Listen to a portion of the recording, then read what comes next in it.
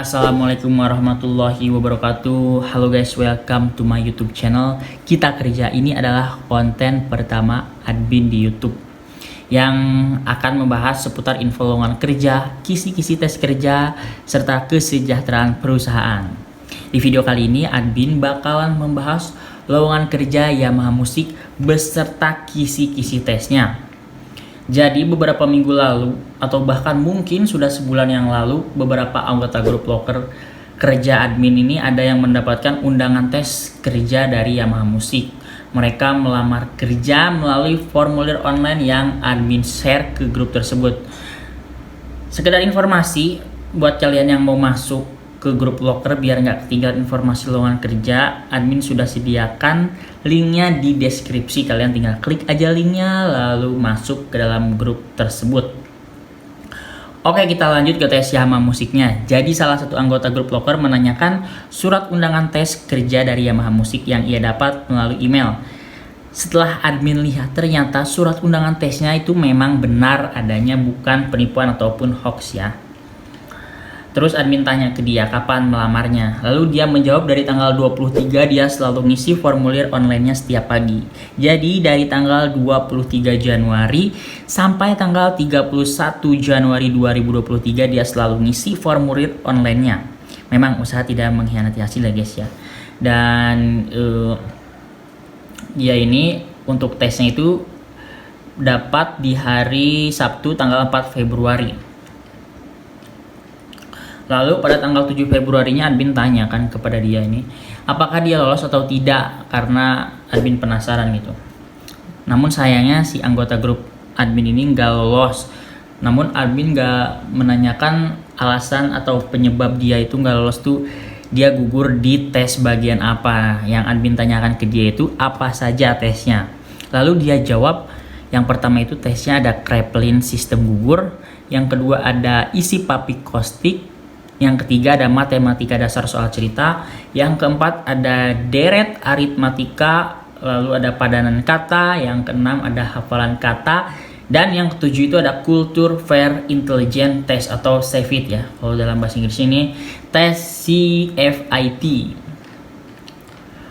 Jadi seluruhnya ada 7 konsep soal yang harus dikerjakan oleh calon pelamar. Nah, admin akan membahasnya satu persatu di sini secara singkat setidaknya agar membantu atau memberikan gambaran kepada kalian apabila kalian mendapatkan panggilan tes kerja dari Yamaha Musik ataupun perusahaan lainnya ya. Karena biasanya itu walaupun di perusahaan yang berbeda biasanya tesnya 1-2 ada yang sama gitu. Oke, kita bahas tes yang pertama dulu, yaitu ada Kraepelin. Tes Kraepelin atau sering disebut tes Pauli adalah bentuk soal psikotes berupa susunan angka-angka dengan bentuk lajur-lajur. Disebut juga sebagai tes koran karena lembar soalnya memiliki ukuran lebar kertas seperti koran ya, alias besar. Biasanya tes Kraepelin ini diisi tergantung pengawasnya. Kalau sepengalaman admin waktu tes Kraepelin, ada yang dimulai dari bawah dulu, ada juga yang dari atas terlebih dahulu. Untuk pengerjaannya mudah saja sebenarnya. Kalian tinggal jumlahkan saja angka tersebut, entah itu mulai dari atas maupun bawah. Kunci tes Kraepelin ini menurut sepengalaman admin yang terpenting itu konsistensi kalian. Dan jangan lupa harus konsentrasi penuh. Jangan lengah ya. Dan jangan ngasal kerjakannya juga. Kalau kalian berpikir kalian mengerjakan penjumlahannya secara ngasal karena kalian berpikir ini banyak angkanya gitu penjumlahannya, ngasal juga nggak akan ketahuan. Kalian itu salah besar guys, karena penguji pasti mengetahui apabila kalian ngasal mengerjakan penjumlahannya. Dan pastikan juga kalian selesaikan semua penjumlahan yang ada pada kertas Kraepelin tersebut ya, dengan waktu yang sudah ditentukan oleh pengawas atau penguji. Lalu yang kedua itu ada tes papik kostik. Papik kostik adalah laporan inventory kepribadian yang terdiri atas 90 pertanyaan pendek yang berkaitan dengan situasi pekerjaan, di mana tes tersebut meliputi 20 aspek kepribadian yang dikategorikan menjadi 7 bidang, yakni ada leadership, work direction, work activity, social nature, work style, temperament, dan juga ada followership. Nah, tujuan Papi Kostik ini untuk mengukur sejumlah aspek psikologis. Papi Kostik juga diselenggarakan guna mengevaluasi perilaku dan juga gaya kerja individu pada tempat kerja. Tes tersebut disusun jadi dua aspek secara terpisah, yakni pengukuran kebutuhan serta persepsi. Papi Kostik sendiri dipakai untuk menjabarkan kepribadian seseorang dalam 20 aspek yang masing-masing akan mewakili kebutuhan dan juga pengukuran tertentu, sehingga ketika Anda sedang melakukan Papi Kostik ini, Anda tak bisa memanipulasi hasilnya. Nah, ini gambarannya. Nanti kalian akan diberi soal dan juga diberi lembar kerjanya seperti ini ya. Nah, admin di sini akan kasih strategi jawabannya buat kalian. Untuk Anda yang tengah melamar pekerjaan serta akan menghadapi Papi tes ini, terdapat strategi yang cocok untuk Anda terapkan di dalam menjawab soal Papi Kostik ini. Caranya pun sangat sederhana. Berikut poin-poinnya. Yang pertama itu, terlebih dahulu kenali posisi pekerjaan yang Anda lamar. Misalkan kalian ini melamar bagian operator produksi ya. Nah, kalian itu isi jawabannya yang ada kaitannya dengan posisi yang Anda lamar. Lalu yang kedua, perhatikan masing-masing huruf dan jangkauan skornya. Lalu yang ketiga, silahkan Anda sesuaikan poin A dengan poin B ya. Lebih teliti lagi kalau kalian ingin menjawab tuh. Namun jangan juga terlalu lama ya, karena ini waktunya juga biasanya nggak terlalu lama. Oke, kita lanjut ke soal ketiga, yaitu matematika dasar. Namanya juga matematika dasar, berarti soalnya pun tentang pelajaran matematika dasar yang sebenarnya kalian semua sudah pernah belajar waktu duduk di bangku sekolah SD, yaitu tentang penjumlahan, pengurangan, perkalian, pembagian, dan juga bentuk pecahan, dan serta soal ceritanya ya. Admin kasih satu contoh buat kalian. Untuk mengerjakan 1 unit rumah dibutuhkan waktu 36 hari dengan 12 tenaga kerja.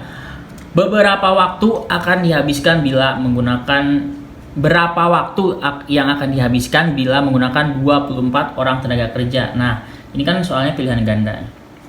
Ada A itu jawabannya 14 hari, B 15 hari, C 16 hari, D 17 hari, E 18 hari. Nah, cara pengerjaannya tuh yang mudah seperti ini ya penjelasannya.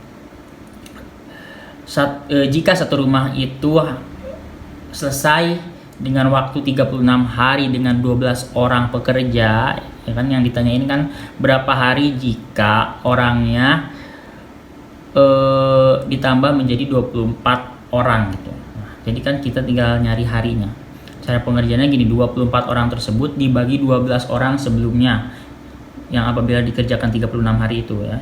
24 dibagi 12 itu jawabannya sama dengan 2. Nah, harinya itu berarti 36 dibagi 2 berarti hasilnya 18. Berarti yang dibutuhkan apabila tenaga kerjanya ditambah setengahnya dari 12 orang menjadi 24 orang ditambah lagi, berarti jawabannya itu ini 18 hari guys ya. Kalau 36 hari saja selesai dengan 12 orang, berarti apabila ada 24 orang itu hasilnya menjadi 18 hari, atau lebih mudahnya sih dibagi 2 ya. Kalian yang waktu sekolah SD atau SMP-nya pinter cerita matematika gini pasti nggak akan sulit lah ya mengerjakannya. Jadi jawabannya itu yang E, ini 18 hari. Abin juga kadang suka keder ya mengerjakan soal cerita matematika dasar ini, karena ditambah lagi waktu yang diberikan oleh pengawas itu nggak terlalu lama guys. Oke, kita ke soal nomor 4, yaitu ada aritmatika. Ini setidaknya memberikan gambaran kecil lah ya buat kalian nanti biar nggak kaget waktu tes atau mendapatkan surat undangan tes kerja dari perusahaan.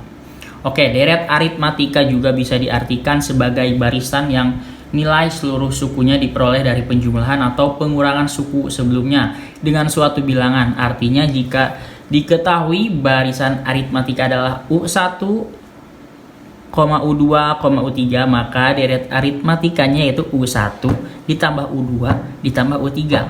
Nih contohnya, jika disuruh mencari deret aritmatika jumlah 5 suku pertama dalam barisan 4,8,12,16,20, maka jumlah suku pertamanya yaitu 4 ditambah 8 ditambah 12 ditambah 16 ditambah 20 sama dengan 60.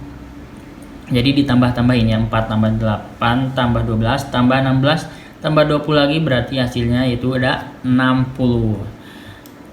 Mudah ya memang kalau kalau kita lihat secara satu soal, namun kan soalnya ada beberapa soal, jadi itu yang membuat kita ribet, dan juga angka-angkanya juga berbeda dari angka seperti ini ya. Mungkin untuk soal yang pertamanya mudah, namun yang keduanya agak dipersulit oleh si penguji.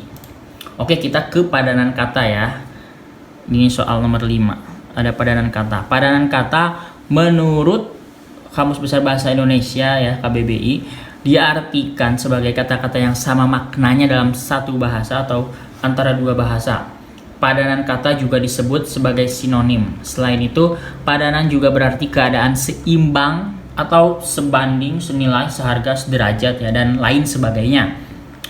Oke, ini admin kasih contoh lagi buat kalian. Misalnya, pesawat terbang titik 2 pilot sama dengan, ini pilihan ganda juga, A. kereta api nahkoda, B. kuda titik 2 balap, C. delman titik 2 kusir, D. estafet titik 2 pelan, E. motor titik 2 supir. Berarti jawabannya ialah pilihan yang C ya.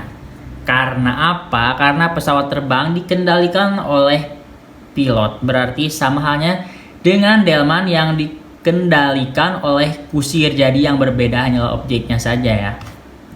Bisa dimengerti lah ya soal cerita seperti ini. Oke, kita lanjut biar tidak terlalu lama. Kita ke soal nomor 6, yaitu ada hafalan kata. Kita langsung ke contohnya saja untuk yang ini.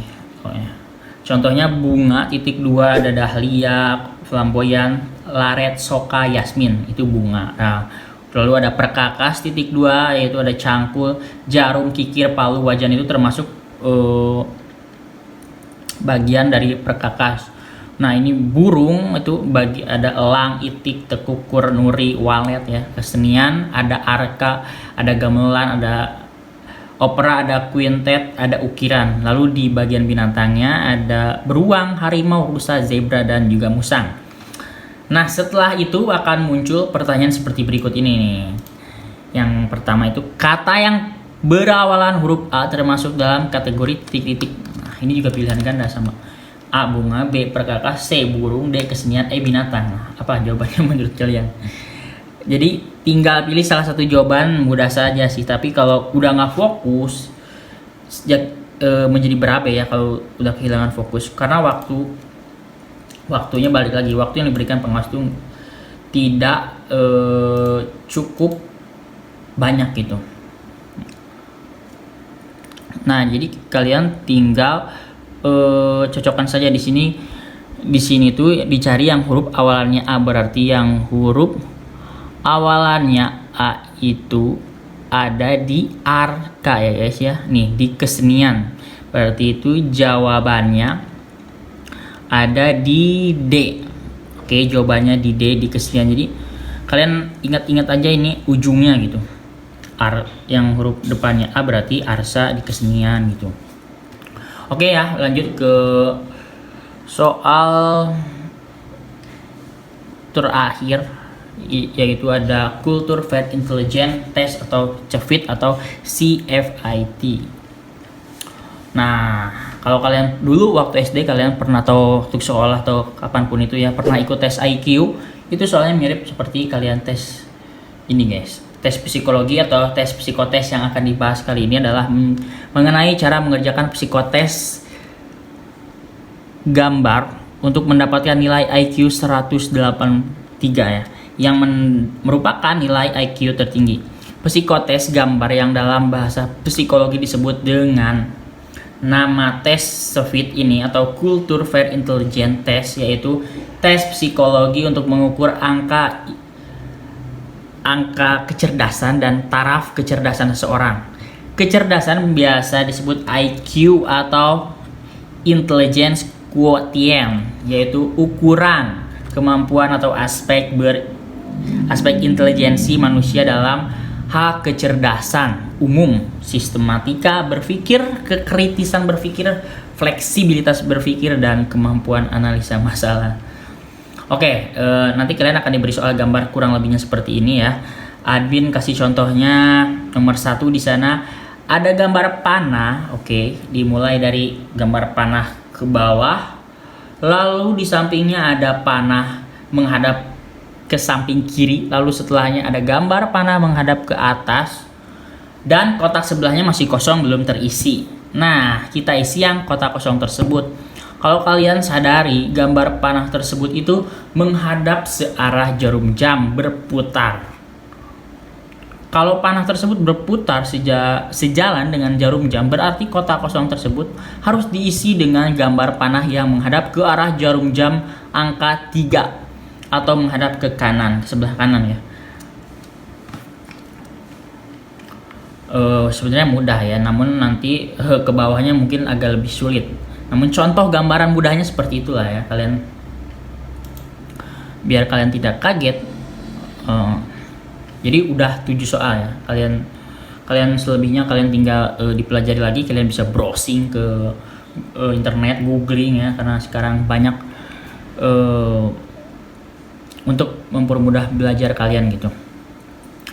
Mungkin pembahasannya dari admin cukup segitu. Semoga bisa membantu kalian mengerjakan soal-soal tes kerja dari Yamaha Musik atau perusahaan lainnya. Jangan lupa kalian share dan subscribe. Jangan lupa juga nyalain loncengnya agar tidak ketinggalan informasi menarik seputar lowongan dan tes kerja dari admin. Sekian dan wassalamualaikum warahmatullahi wabarakatuh.